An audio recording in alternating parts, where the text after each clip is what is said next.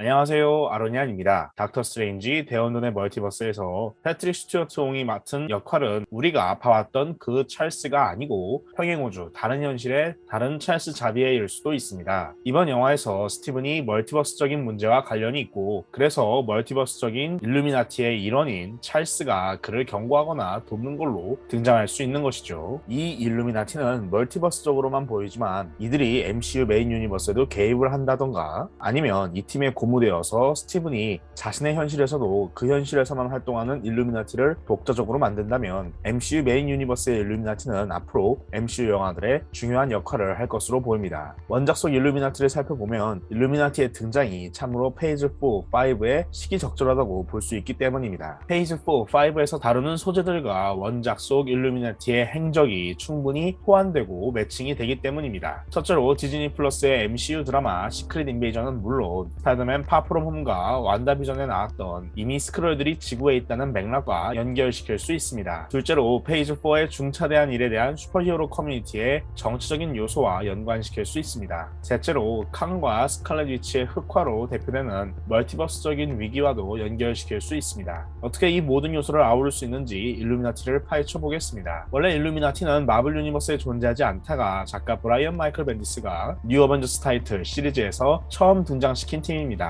이후 원샷 이슈로 이들의 창설 과정을 그리고 11월을 빌드업하면서 자신의 10년 계획의 초석을 마련했습니다. 곧 일루미나티는 중요한 이벤트마다 등장했고, 훗날 작가 조나단 힝맨은 그의 빅 픽처인 시크릿 워즈를 위한 빌드업으로서 일루미나티를 주인공처럼 사용했습니다. 작가 벤디스는 마블 유니버스의 중요한 부분들을 각자 담당하는 이들로 일루미나티를 만들었습니다. 네이머는 마블 코믹스의 골든에이지와 안티히어로, 아틀란티스와 바다를 대표하며, 아이언맨은 어벤져스처럼 정부의 협조적인 히어로와 민간인, 부자를 대표하고, 미스터 판타스틱은 과학 관련 초인들을 대표하며 판타스틱 4도 대표합니다. 블랙볼트는 인휴먼을 대표하는 왕이고, 닥터 스트레인지는 초자연적인 현상을 대표하는 소서러 수프림이며, 찰스 자비에는 엑스맨과 호모 슈퍼리어 종족을 대표하는 인물입니다. 벤디스는 여기에 재밌는 장난을 치기도 했습니다. 이들은 블랙팬서의 와칸다에서 처음 만났는데 블랙팬서는 결국 이 팀에 합류하지 않기로 한 것이죠. 바로 여기서 첫 번째 MCU 매칭 포인트인 스크럴을 엿볼 수 있습니다. 이들을 한자리에 모은 것은 바로 토니 스타크였습니다. 토니는 크리스 크럴 원하는 크리 종족과 스크럴 종족 사이의 전쟁에 지구가 끼어서 피해를 입게 된 사건에 대해서 여기 모인 사람들은 다 이미 알고 있었다면서 우리가 같이 행동을 취했다면 전쟁을 사전에 막을 수 있었을 것이라고 이야기합니다. 그러면서 UN 비슷한 하나의 히어로 정부 조직을 만들자고 제안합니다. 네이머는 지금의 정부로도 통제가 안 되는 히어로들이 많다고 거절하고, 찰스는 호모 슈퍼리어를 히어로들이 대변하면 히어로들도 똑같이 뮤턴트처럼 혐오받을 것이라면서 더 안전한 변화를 위해서 거절합니다. 스티븐은 여기 모인 사람들부터가 딱히 정부처럼 일하는 타입이 아니라면서 반대합니다. 미스터 판타스틱은 정부를 운영한다면 너무 많은 업무와 관료제의 폐해에 시달려 영웅이 영웅의 일을 하지 못하게 될 것이라고 반대합니다. 다만 이들은 종종 모여서 정보와 의견을 공유하는 것은 동의하고 다음에도 또 모이기로 합니다. 블랙팬서는 다시는 모이지 말라고 강력하게 규탄합니다. 자신들이 뭐라도 되는 줄 아는 오만한 행동이 더 큰 비극을 불러일으킬 것이며, 그들이 서로 동의하지 않을 때 생길 비극은 무엇이겠냐고 경고합니다. 그러나 이들은 다시 모였고, 이들은 스크롤 제국의 수도 행성으로 향했습니다. 일루미나티라는 이름은 아이언맨만 쓰던 이름이었는데 그 팀은 전부 일루미나티라고 부르게 됩니다. 그들이 간 이유는 다시는 지구를 넘보지 말라고 경고하기 위해서였습니다. 그러나 아무리 강한 이들도 스크롤 제국 자체의 다굴에는 역부족이었고, 결국 이들은 지구로 귀환 중에 납치당합니다. 스크롤들은 이들을 연구하며 인간에 대해서 상당 부분 알게 됩니다. 아이언맨이 간신히 탈옥해서 일루미나티가 도망치지만 스크롤들은 이 정보를 훗날 이용하기로 합니다. 작가 벤디스는 훗날 자신이 쓸 스크롤들의 지구 침공 이벤트 시크릿 인베이전에서 히어로들이 그 대단한 초능력과 기술과 마법으로도 침투를 알지 못했던 이유가 일루미나티의 이때의 실수 때문인 것으로 퉁쳐버립니다. MCU 메인 유니버스에도 일루미나티가 나온다면 이 원작의 맥락은 스크롤이 이미 소드와 실드의 침투에 있는 상황에 맞게 재해석이 될 것입니다. 그렇다면 닉 퓨리를 일루미나티 멤버로 설정할 수 있고, 그들과 우호적으로 파트너십을 이어가다가 모종의 사건으로 관계가 틀어지면서 스크롤들이 지구를 지배하려고 한다는 식으로 MCU판 시크릿 인베이전을 설정할 수 있을 것입니다.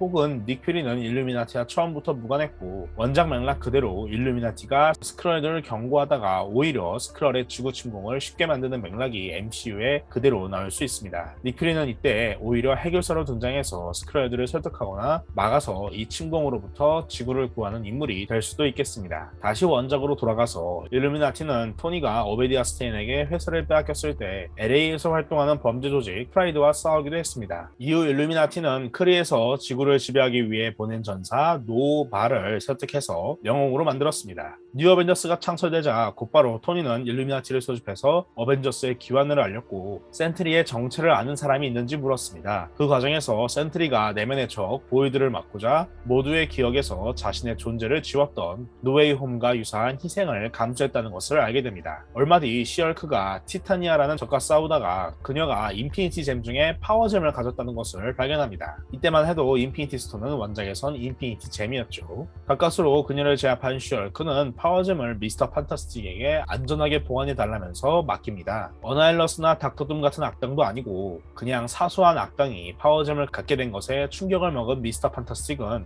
인피니티 잼들을 모으기 시작합니다. 머지않아 그는 인피니티 건틀렛 자체와 스페이스잼, 소울잼을 차지하게 되고 그제서야 일루미나티를 소집하게 됩니다. 그 이유는 일루미나티에게 도움을 얻어서 나머지 3개인 리얼리티잼, 타임잼, 마인드잼을 찾기 위해서였습니다. 네임은 경악하지만 리드는 차라리 다 모아서 갖고 있는 편이 안전하다면서 나머지들의 위치를 알려줍니다. 네이머, 찰스, 스티븐이 우주 전체의 무의식이라는 이상한 영역에서 마인드잼을 찾았고 아이언맨과 미스터 판타스틱은 블랙볼트의 힘을 이용해 현실을 찢어서 말 그대로 현실 끝에 있는 리얼리티 잼을 찾습니다. 간신히 리얼리티 잼과 마인드 잼을 찾자 마지막 남은 타임 잼은 알아서 나타나고 인피니티 건틀렛이 완성됩니다. 인피니티 건틀렛을 처음 착용한 인간이 된 리드는 전능감을 갖고 갑자기 조용해집니다. 일루미나티는 얼른 인피니티 건틀렛을 벗으라고 경고합니다. 설상가상 늘 판타스틱 4를 믿고 지지해준 와처 우아투마저 현장에 나타나서 리드에게 실망했다고 말합니다. 그제서야 리드는 인피니티 잼들의 자멸을 명령했지만 인피니티 잼들이 그러지 않았다는 것을 밝히며 멤버 중 누구라도 좋으니 이걸 가져가 달라고 말합니다. 모두가 거절하자 리드는 멤버들 각자에게 인피니티 잼들을 하나씩 나눠줍니다. 당시 색으로는 아이언맨이 리얼리티 잼을, 찰스가 마인드 잼을, 네이머가 타임 잼을, 블랙볼트가 스페이스 잼을, 닥터 스트레인지가 소울 잼을, 미스터 판타스틱이 파워 잼을 가졌습니다. 이후 쉴드의 마리아 힐이 헐크가 라스베가스를 파괴한 문제를 두고 고민하자 아이언맨은 일루미나티를 소집해서 헐크를 살기 좋은 새로운 행성으로 보내자고 제안합니다. 이때 찰스는 하우스 오브 M의 여파로 실종되어서 회의에 없었고 네이머는 치료할 생각은 못할 망정 추방시키는 게 말이나 되냐면서 반대합니다. 네이머만 반대하는 상황, 네이머는 블랙팬서가 옳았다면서 팀을 떠납니다. 결국 네이머와 찰스 없이 일루미나티는 헐크를 우주로 보내버리고 하필 그 우주선에 문제가 생겨서 헐크가 사카르라는 지옥도에 떨어지면서 플래닛 헐크가 시작됩니다. 이 작품은 토르 라그나로크 영화에 영향을 주었습니다. 일루미나티는 다시는 모이지 않기로 합니다. 하지만 일루미나티는 아이언맨의 소환으로 다시 모입니다. 바로 초인드로 법안 때문이었습니다. 여전히 찰스가 실종된 상황에 아이언맨은 일루미나티가 먼저 팀 전체로서 찬성한다면 슈퍼히어로 간 분열을 막을 수 있을 것이라고 설명합니다. 네이머는 아틀란티스와는 무관한 일이라면서 거절하고 스티븐은 타인들의 두려움과 무지에 영웅들이 굴복하는 것이라면서 거절합니다. 미스터 판타스틱은 토니의 의견에 찬성하고 스티븐은 황당해하며 사라집니다. 스티븐도 찰수도 없는 상황에서 블랙볼트의 속마음을 아무도 잊지 못하지만 블랙볼트는 분명히 경고하면서 떠납니다. 그렇게 일루미나티가 해체되고 공교롭게도 때마침 스탠포드의 대참사가 일어나면서 초인드로 법안이 본격적으로 시작되고 11화가 마침내 시작됩니다. 11화 도중에 일루미나티는 만나지 않았으며 미스터 판타스틱은 아이언맨을 도와서 열심히 일했고 닥터 스트레인지는 명상과 기도를 했으며 네이머는 아틀란티스와 관련이 있는 사건들만 처리했습니다. 블랙볼트는 개입하지 않았지만 미국과 그들만의 냉전을 치렀습니다. 찰스는 시아 제국에 있었습니다. 훗날 스티븐은 반대파의 어벤져스인 시크릿 어벤져스를 도와주면서 자신이 11화 때 소극적이었던 것을 반성했습니다. 결국 헐크는 사카르 행성이 폭발하자 일루미나티 탓이라 생각하며 복수하기로 하고 월드워 헐크를 일으킵니다. 지구로 돌아온 헐크는 네이머를 제외하고 블랙볼트부터 손봐줍니다. 또한 헐크는 당시 부재했던 찰스의 의중을 확인하기 위해서 엑스맨을 찾아갔습니다. 찰스는 부분적으로 찬성했을 것이라고 말하면서 헐크의 화를 돋구지만 헐크가 아니더라도 다행이더라도 엑스맨은 당시에 너무나 힘든 상황이었기 때문에 바로 멸종이기 때문이었죠. 헐크는 그냥 떠납니다. 헐크버스터와 싸우는 등 뉴욕을 차지한 헐크는 메디슨 스퀘어 가든에서 일루미나티로 글래디에이터를 진행시키고 전 세계에 이들의 존재와 속셈을 알립니다. 결국 센트리가 도착해서 헐크와 싸우고 토니가 그러는 동안에 인공위성에 설치한 헐크 제거 기술을 이용해서 헐크를 제압합니다. 헐크는 한동안 브루스 배너로만 지내게 되고 사카하르 행성의 폭발이 일루미나티의 계획이 아니라 자신을 파괴자로 각성시키려는 사카하르 행성 출신의 미에크가 벌인 짓임을 알게 되고 죄책감을 갖게 됩니다. 이렇듯 2000년대 마블 코믹스의 중요한 사건들은 일루미나티와 연관이 있었습니다. 여기서 바로 두 번째 MCU 매칭 포인트를 엿볼 수 있습니다. 페이지 4가 이제 막 시작했다는 느낌이지만 이미 중요한 사건들이 발생했습니다. 완다의 흑화인 웨스트뷰 사건과 스칼렛 위치의 각성, 썬더볼츠 등장 암시, 텔링즈의 정체, 셀레스티얼의 이머전스,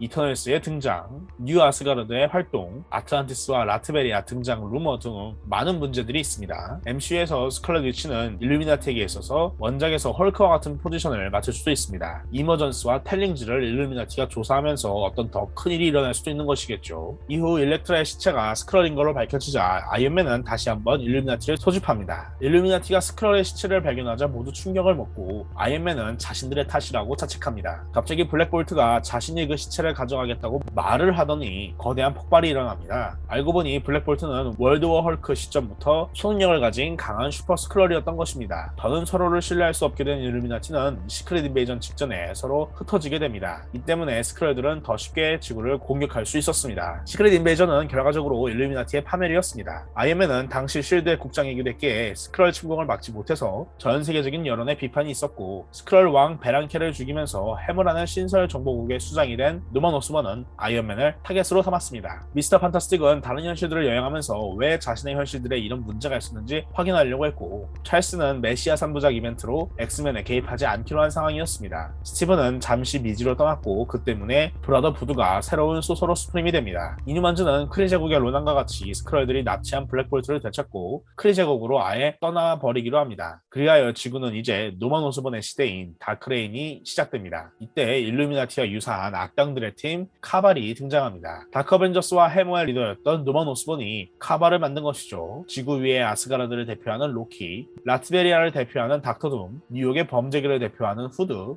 호모 수퍼리어를 대표하는 에마 프로스트, 그리고 아틀란티스를 대표하는 네이머가 있었습니다. 하지만 카발은 카발대로 끝이 나빴습니다. 네이머는 에마와 함께 오스본에 대항해서 뮤턴트 유토피아를 만들었고 닥터둠은 노만과 결국 대놓고 싸웠으며 로키는 아스가르드를 지구 위가 아니라 원래 있어야 할 곳에 돌려놓으려고 노만을 세뇌했고 폭주시켰기 때문입니다. 그래서 노만이 시즈를 일으켰으며 결국엔 체포된 것이죠. 이 기회로 어벤져스가 다시 돌아오고 바야흐로 히로익 에이지가 시작됩니다. 앞서 말씀드린 첫 번째 MCU 매칭 포인트를 생각해보면 드라마 시크릿 인베이전과 더불어서 페이지 4, 5에서 크리스 스크럴 1와 시크릿 인베이전 같은 스크럴 관련된 거대한 사건이 생길 것이고 여기에 일루미나티가 깊게 연관될 것이라고 볼 수 있겠습니다. 또한 MCU판 스크럴 지구 침공 이후에 발생할 정치적인 위기와 갈등에서 일루미나티가 중요하게 활동할 것이라고 볼 수 있겠습니다. 일루미나티도 MCU에 나왔는데 카발이라고 MCU에 안 나올 리가 없죠. MCU의 카발은 또 얼마나 멋진 악당들로 구성되어 있을지 굉장히 기대가 됩니다.